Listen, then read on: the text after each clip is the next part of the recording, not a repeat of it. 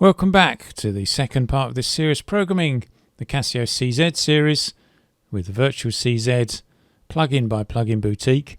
And we're picking up from the same sound we had when we left off last time, a simple sound effectively with one saw wave. But what does it sound like when you combine other waveforms?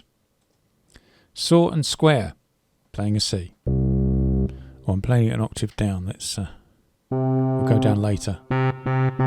Now, with just two saws combined to one, it was higher. When you combine it with a square, it drops down an octave. You can compensate for that by going line 1 plus 1 and have octave set up 1. It's a slightly different sound. We have got a bit of detuning in there as well from the last sound. But that's at least how you keep the same octave, if it bothers you. Pulse. Thinner sounds, don't forget we're referring to this chart here. Then double sine. Then saw pulse. And then we get to an interesting thing which I only realised the other day, one of the significances of these three resonance waveforms. They are played with waveforms. In fact, if you even look at them over here, you'll see they don't look like simple waveforms. Now, they describe them in the manual as funky waveforms, and they do make funky sounds. They also have other properties in that, especially combined with the ring modulator over here, at low frequencies, they sound a little bit vocal. I'll demonstrate all this in a minute. But the thing that I wanted to point out is that, and this is important, on something like the Roland SH101, you have a resonance slider. So you can send it all the way up and down. You can effectively do the same here with three characteristics or three types of resonance sound. So with it all the way up and that combined, you're going to get the most resonancy sound. So, and as you bring it down, the sound there with the sustain all the way off should be fairly similar to just having two saw waves here. So let's test that out with it all the way up. And then the other way, and the octave is going to be different, but it's fairly similar. What happens if we line 1 plus 1 an octave up? I mean, it's not the same. There's a slight clicking coming through. I wonder if you can compensate with that. Oh no, sorry, not enough. No. It emphasised by the reverb, of course. But you get the general gist of what I'm trying to say is that all the way up is working in this setting anyway, with these settings, simple settings here, combining saw wave with a resonance wave with the filter all the way up is the same as having on an SH101 the filter quite down and the resonance all the way up. In other words, the pronunciation of what the resonance is doing, the emphasis on one frequency occurs much more when the filter is up. Let's hear the other ones in action. Slightly duller. Can't really hear much between 8 and 6, to be honest.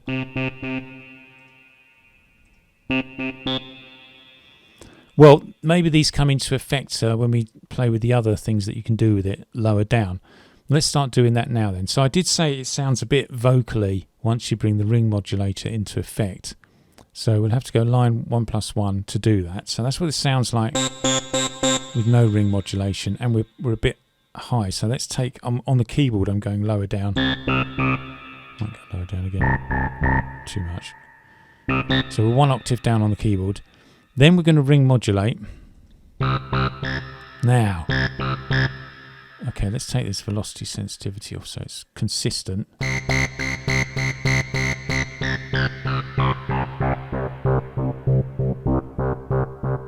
Rolls Royce.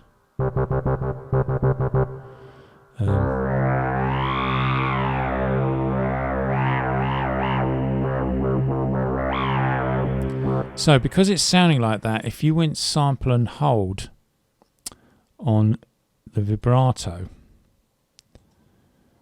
gave it a bit faster rate and held the key and made the depth big, faster.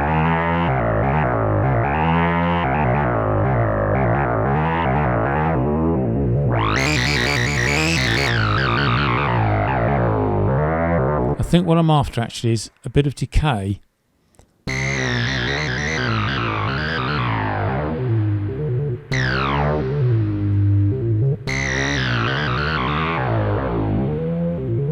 I'm just trying to get it to vary the effect a bit. I'm almost there, but I don't want to detain you. So that's quite interesting use of resonance at the low end frequencies.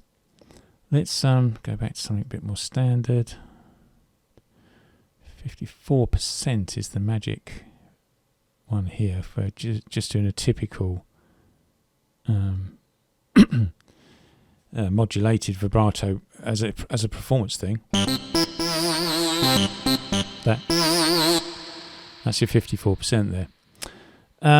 The last thing I want to show on this particular tutorial is stacking. We've only been playing polyphonic so far, but this thing can go super mad for you. Let's do a super saw wave here. So saw wave, we're going to go to line +2.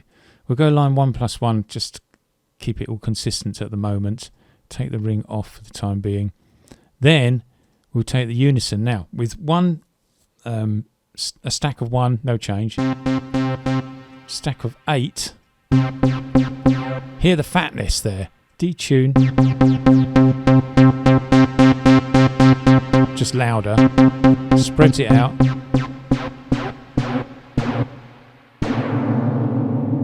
Complete madness. Somewhere around there maybe. I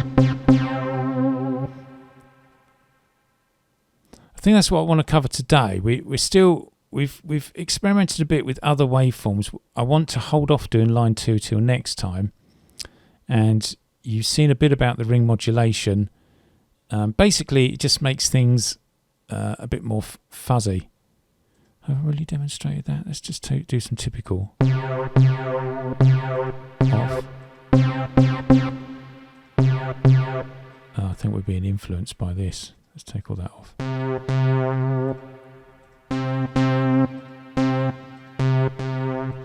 At the end of the day, it's what you hear. You can get some egghead on here telling you specifically, technically what it's doing, but you just got to get to know. You've got to play with these combinations and get the idea of what it sounds like in your head before you click the buttons. I always think the ring modulator just adds a bit more fuzz to it.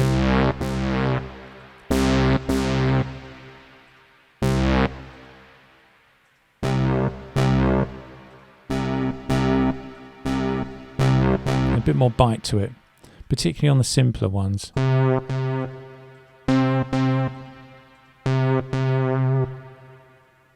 There you go. We've had a little play around. It's one of those things where you need to spend the time yourself going through it. But today we have covered combining waveforms simply, the ring modulator, a bit about what resonance is itself, and we stack things. Hope you've enjoyed that, and please join me next time at sci-fi funk.com.